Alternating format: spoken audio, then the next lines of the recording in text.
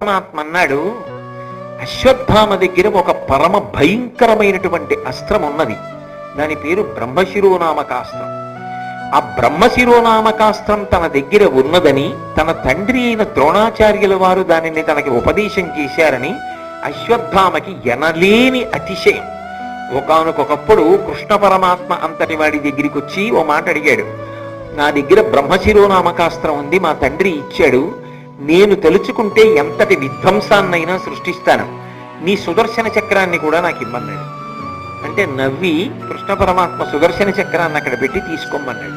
ముందు ఎడం చేత్తో తీయబోయాడు, బలం సరిపోక కుడి చేత్తో తీయబోయాడు, తర్వాత 2 చేతులతో తీయబోయాడు. ఆ చక్రం కదలలేదు.